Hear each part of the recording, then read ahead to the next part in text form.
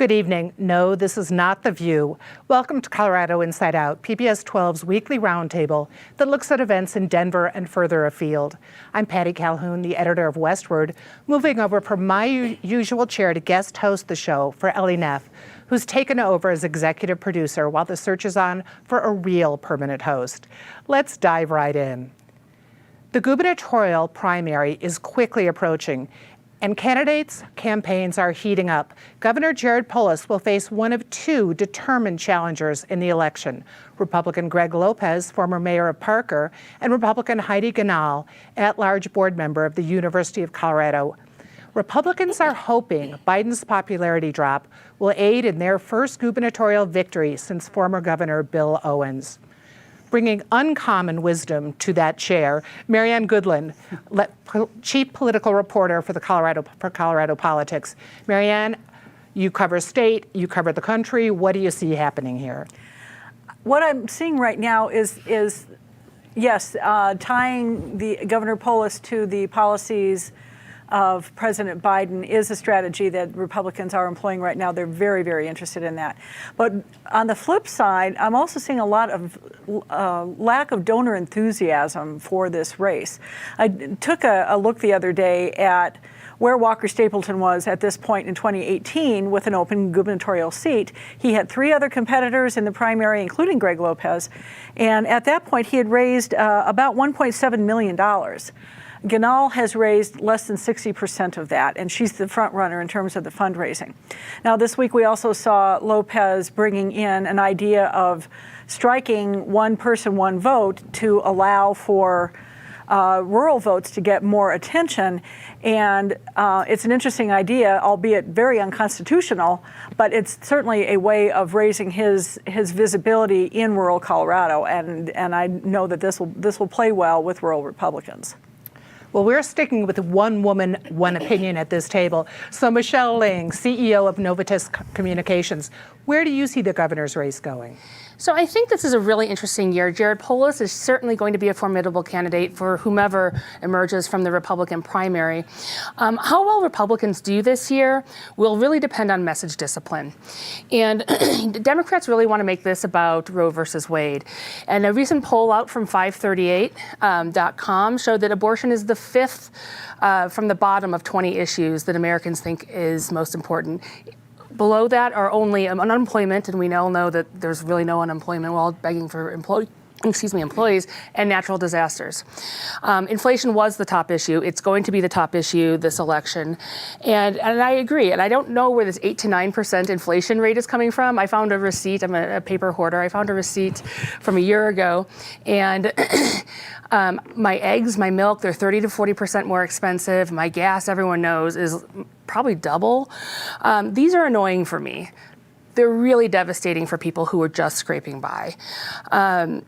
So Republicans can win on these issues, but only if they don't allow the conversation to become about other social issues.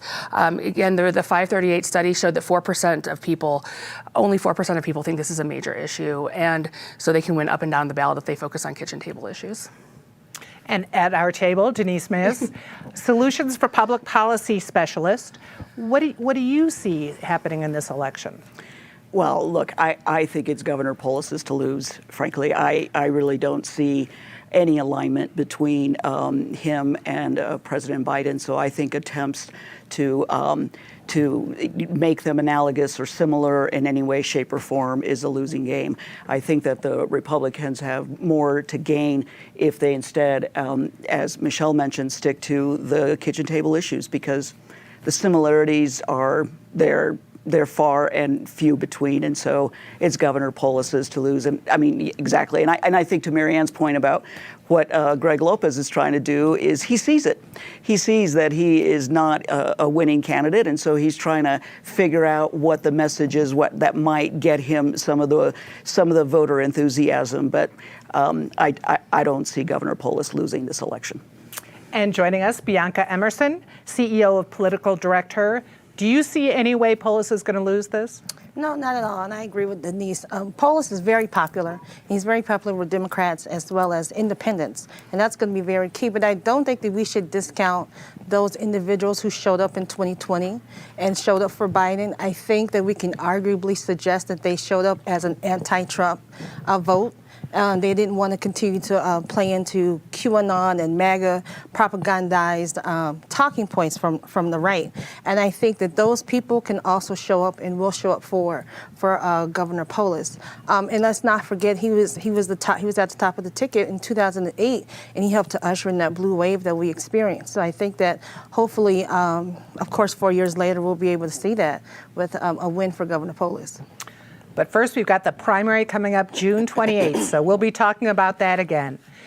But just over is the 2022 legislative session, and both sides have been pushing a continued emphasis on affordability. During the session, they approved changes involving decrease in the rise of property taxes, early Tabor refunds, and breaks in taxes and fees for businesses. Michelle, how do you see that playing out in this state? You know, I just think it's incredibly disingenuous for Democrats to all of a sudden be concerned about affordability. You know, I've personally fought back against tax increases from the left. And I also feel like this legislative session, were we in the same legislative session? Because what I saw was increased fees on packaged goods, which could raise prices for food and other consumer goods 3 to 4%. Democrats also introduced rent control, which would be a disaster for the housing market. You know, Republicans have always been about affordability, but I think poll numbers are really what's driving this. Denise, is it polls or is it real philosophy? Oh, it's probably a little of both would be my guess. And, you know, it's sort of interesting, but I think this is one of the times where there was actual bipartisanship. Let's defer some fines and fees. And, you know, even though Michelle speaks to, hey, Republicans have always been about affordability, you know, yes and no. Some areas, yes, some areas, not so much. You saw Democrats carrying a lot of issues around affordable housing, making more behavioral health care available and affordable, trying to expand Medicaid coverage for individuals that don't have it now. So that is a lot of affordability. And I think philosophically, it's things that Democrats have always believed in. And I think that because both parties see some winning issues on these matters in particular, there was a lot of bipartisan support. And I'm not going to sing the song or even try to, but remember that Governor Polis' State of the State, he said, hey, how many ways can I save people money? And he's saying it. I'm not going to do that for you. I'll keep you away from that. But look, I think that was the whole point. It's an election year. It's philosophical. It's polls. It's a winning strategy, no matter which side of the party you're with. Yes, no singing at this table. So Bianca, do you feel like you've had money saved by this session? No, but I do think that this legislation was in response to the pandemic because I think families as well as businesses are still trying to dig themselves out of a hole. So I think to Denise's point, I think it's a win-win for both the Republicans and the Democrats. And I think that we should be happy that they were able to come together and agree on things that are going to help businesses as well as families move forward, especially with the issues with inflation and prices going up, as Michelle was alluding to. I think this is just a win-win for everyone. Marianne, you see all the press releases with every single bill was how it saved you money. Are we really going to be saving money this year? No. I'll be the Democrats' message, and that includes the governor on affordability, was a very, very mixed message this year. On one hand, they said we're going to save you money by not increasing gas taxes. That's 2 cents. At the same time, you're going to see increases in your Uber, your Lyft, your Amazon delivery, because the bill that they passed last year is still going to go into effect.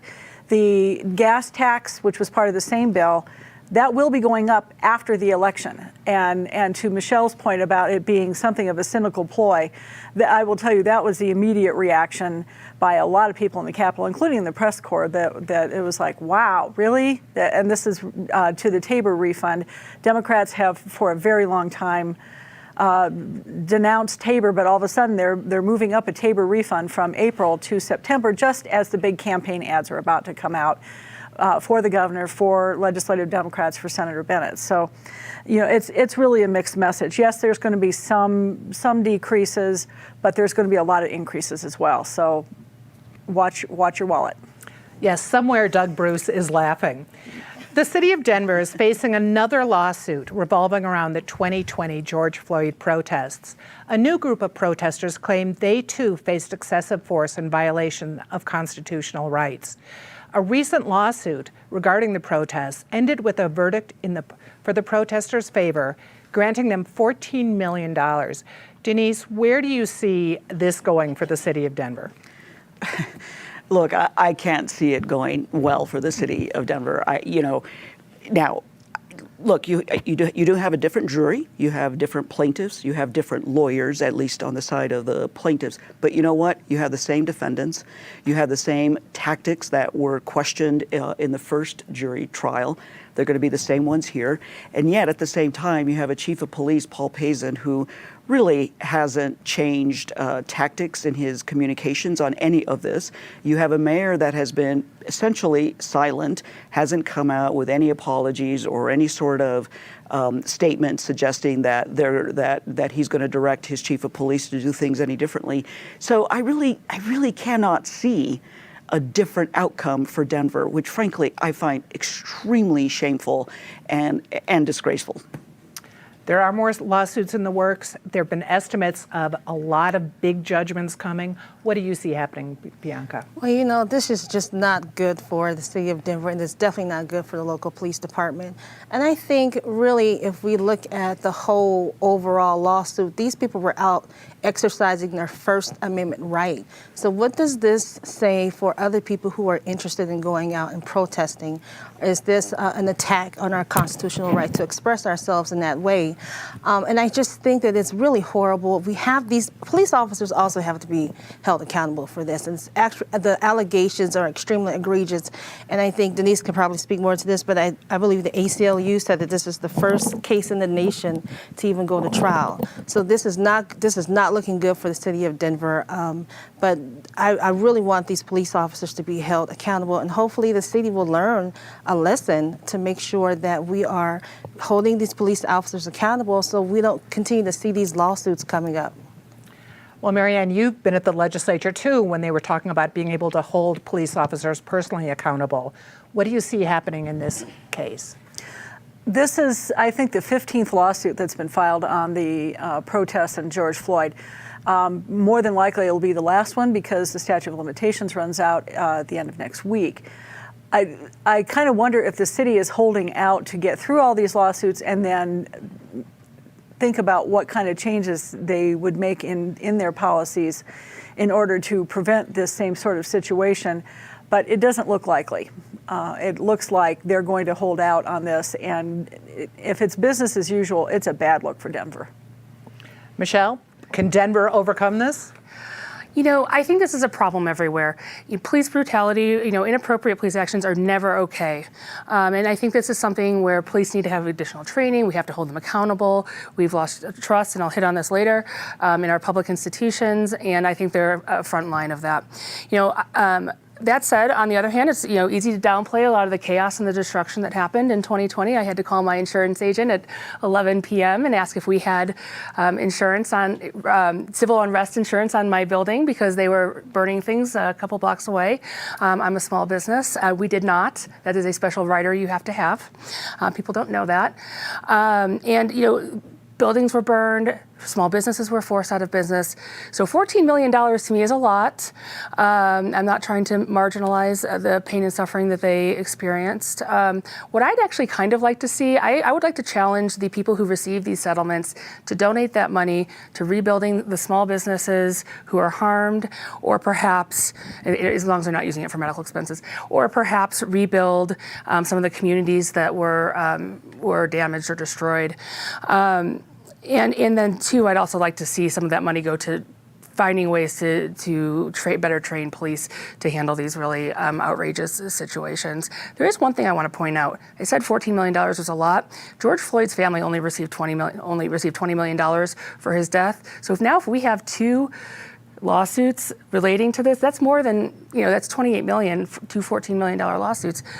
I mean, it just seems like that George Floyd's family should be the ones who are remunerated instead of protesters. Well, although arguably you would hope police forces would learn something from that. Would we hope have a so. little extra time. I'm going to ask Denise to address what Bianca brought up. So this was the first case that went across the country? Yes, it was the first case that the genesis of which were the George Floyd protests, indeed. Well, it certainly set quite a precedent. Yep. So, speaking of precedents, you can't beat this. The Mesa County District Attorney's Office has debunked the accusations of 2020 voter fraud made by County Clerk Tina Peters. Meanwhile, Peters remains under indictment for allowing unauthorized parties access to the Mesa County voting system, resulting in a leak of sensitive information. Bianca, we've been talking about her before. We'll be talking about her again, but what do you think of the latest? Well, I just think that Peters, unfortunately, is a disgrace, and everything that she stands for is an attack on our democracy. To your point that you read earlier, she leaked sensitive information online, which could, bring several vulnerabilities to our elections in the future. And then under her watch, she lied about election fraud. And then this person wants to be the Secretary of State. That's a problem. That's an issue. And again, we'll talk about this later, but primaries are coming up. We need to make sure that our elections are taken care of and someone with integrity is leading that process. And I don't think Tina has that process. She doesn't have integrity at all. But she does have traffic. Marianne, you write about Tina a lot. I do. What do you see in this latest?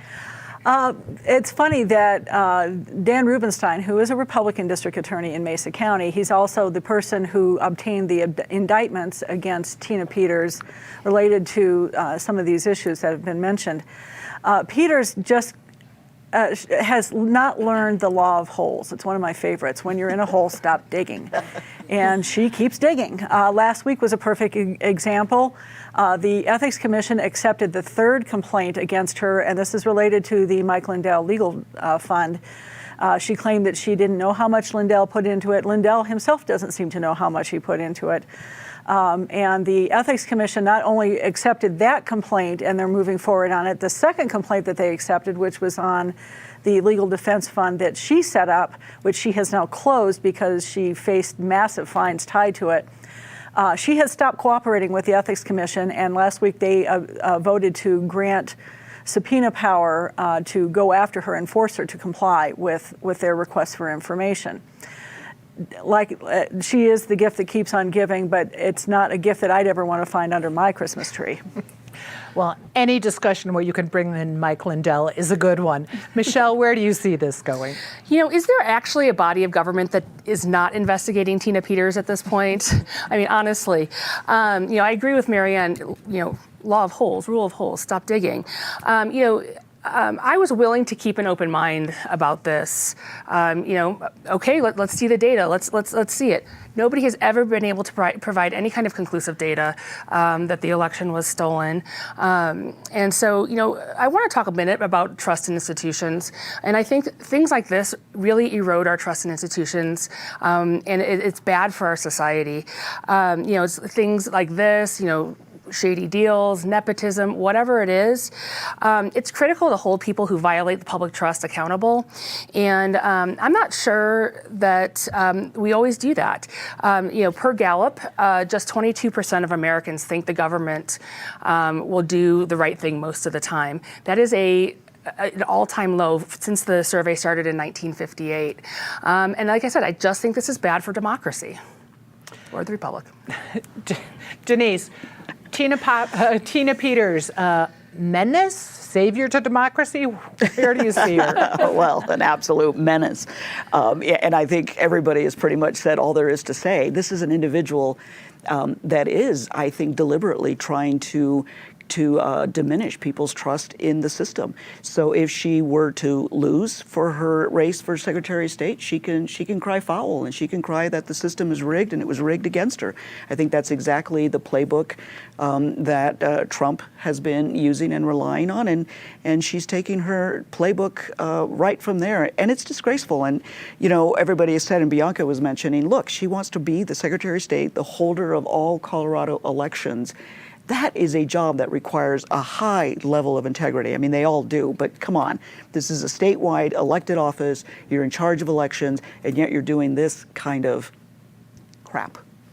Well, we have a little more time, so let's go around again. What do you think the odds are, Marianne, that she comes out as the winner in the Republican primary? I think the odds are very, very much in her favor. She's got name recognition among the base that the other candidates, Pam Anderson being probably the number 2 in that race, can only dream of. And Pam has integrity. I think she would. If this weren't about relitigating 2020 and Tina Peters' efforts to do that, I think Pam would be a very good choice for the Republican Party. Frankly, I don't see her getting past Tina Peters on this. And could Tina Peters beat Gina Griswold? Michelle? No, but no, she could not. I really do hold out hope that cooler heads will prevail and that Pam Anderson will beat her in the primary. I think Pam Anderson actually, out of the three candidates, Gina Griswold, Tina Peters, I think she's the most qualified. I think she'd do an excellent job. But yeah, you're right. In primaries, what primaries are really about is name recognition. So come next November, who is going to be the Secretary of State? Well, I think what changes the equation for Tina Peters is unaffiliated voters being permitted to vote in the Republican primary. And I think that group of folks is definitely going to be a Pam Anderson. And so I think it's going to be a Pam Anderson, Gina Griswold election in November. And honestly, I think they're both good candidates. Well, that's fun. Bianca, do you agree that's who we'll see in November? Yeah, I do, but we can't discount that Tina's district is 66% in favor of Trump. So she definitely has a base that's following her.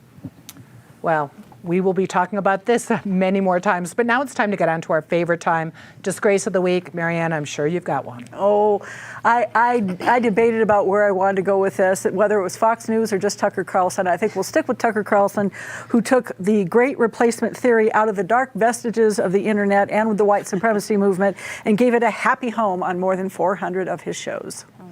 Ooh, thank you. Michelle. So I'm going to go with the Disinformation Board. I know that it was disbanded this week, but the only reason they're shutting it down is because people freaked out. The Biden administration is shutting it down because people freaked out. 1984 was meant to be a cautionary tale, not a guide. But I maintain, who's fact-checking the fact-checkers, right? There's a swath of the American population that will never trust the media again after the Hunter Biden scandal and the Hunter Biden thing was suppressed. Denise, your disgrace? Earlier this week, the Governor Polis was interviewed on Colorado Public Radio, and I found it really disappointing that the governor could not unequivocally say that he would support an initiative that would rid of the constitutional ban on access to abortion. I found that extremely disappointing. And Bianca. Well, it's definitely going to be, for me, the violence of this weekend due to a radicalized 18-year-old white supremacist, probably that followed Tucker Carlson, as it relates to the replacement theory, who decided to take aim at African Americans in the Bronx. So I'm sending love and healing to my fellow Black people all across this country, and especially in Colorado. Definitely a sad, sad chapter and a disgraceful week. But certainly you have something nice to say too, Marianne. Congratulations, although they probably aren't real happy about it, to Lamar High School, who yesterday finally decided to drop the word savage from and any vestiges of that imagery from their high school mascot. This has been a long fight, and they were the last holdouts on this, and facing fines and other problems with the Colorado Commission on Indian Affairs, the school board voted to drop the word savage. They will now be known as the Lamar Thunder, and their mascot is a bison. Better than the Lamar Dust Bowl, which is what it sounds like out there Yeah. right now. Michelle, what's your say something nice? You know, tomorrow is Armed Forces Day. Next weekend is Memorial Day. Just wanted to thank all of the, Colorado has an amazing amount of veterans and military personnel, so really wanted to thank them for their service, their families for their sacrifice, and, you know, God bless them. Thanks. Very nice. Denise. Staying consistent, or at least staying on the same topic. Last weekend, we saw a bunch of individuals gather together in rallies and in protests all over the state of Colorado and frankly all over the country, saying my body, my choice, being very supportive of abortion access and abortion rights. Cheer them on. And Bianca. Well, I'm actually happy to go to the movies Under the Stars again at Red Rocks. So I'm happy to see that. I'm happy to be able to participate in that. But also I want to say participate in the primaries. Absolutely. And those Film at Red Rocks tickets went on sale today. So if you haven't bought them, hurry up. So thank you so much for watching. I'm going to say something nice about the crew who puts up with us every week at Colorado Inside Out, and especially say something nice about all the people who continue to watch this show. It's been going for 30 years. I've been on since the beginning when I was going to say a baby, but not quite. But we've all learned a lot. We've so enjoyed being able to come into your home every Friday night and talk about issues that really mean something to the people in Colorado. And while we may disagree on a lot of those issues, and usually do, we're able to sit civilly around the table and you are able to enjoy and discuss what we're talking about. So thank you for watching Colorado Inside Out. For everybody here at PBS 12, I'm Patty Calhoun. Thanks.